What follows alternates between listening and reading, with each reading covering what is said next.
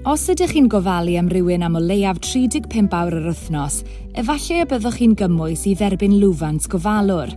Bydd dal ariannol yw hwn sy'n cael ei dalu'n wythnosol neu bob 4 wythnos i ofalwyr. Dydy pawb ddim yn gymwys, ond mae'n bosibl y gallech chi ei gael os ydych chi'n darparu gofal reolaidd i rywun ac yn ennill llai na swm penodol y tu allan eich rôl gofalu.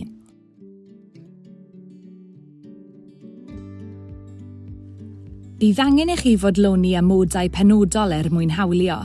Enghraifft, mae yna gyfyngiad ar faint o arian cewch chi ei ennill, ac mae angen i'r unigolyn sy'n derbyn gofal gennych chi fod yn cael buddal anabledd penodol.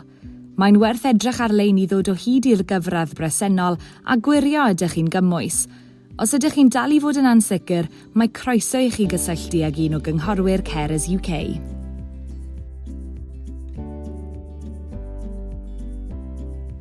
Cyn ymgeisio, gwnewch yn siŵr bod gennych chi eich holl wybodaeth bersonol wrth law.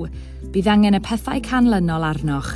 Eich rhif yswiriant gwladol chi ac unrhyw bartner, manylion banc neu gymdeithas adeiladu, manylion cyflogaeth a'ch slip cyflog diweddaraf os ydych chi'n gweithio, eich P45 os ydych chi wedi gorffen gweithio'n ddiweddar, a manylion eich cwrs os ydych chi'n astudio.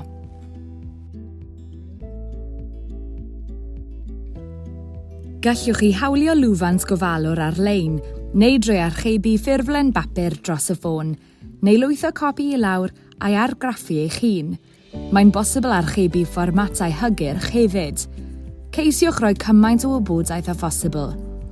Gall canolfan gofalwyr leol eich helpu i gwblhau'r ffurflen pe bai angen.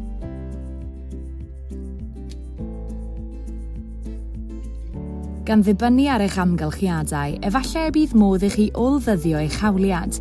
Cofiwch ofyn am hyn, oherwydd efallai y bydd gennych chi hawl i gael mwy o arian nag roeddech chi'n ei feddwl.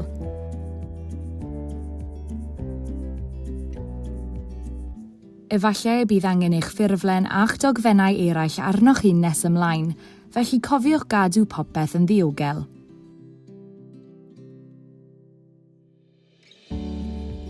Os caiff Lwfans Gofalwr eich ddyfarnu i chi, mae'n hollbwysig osgoi sefyllfa lle gallech chi gael eich gordalu.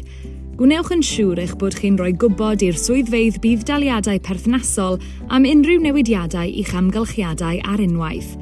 Gallai'r newidiadau hyn gynnwys cynnydd yn eich cyflog, dechrau unrhyw fath o swydd newydd, cymryd seibiant oddi wrth ofalu neu dreulio amser yn yr ysbyty. Os hoffech chi ddysgu mwy, mae llawer mwy o wybodaeth ac arweiniad ar ein gwefan, sef carersuk.org, neu gallwch chi e-bostio advice@carersuk.org. Beth bynnag rydych chi'n ei wynebu, rydyn ni yma i helpu drwy'r amser.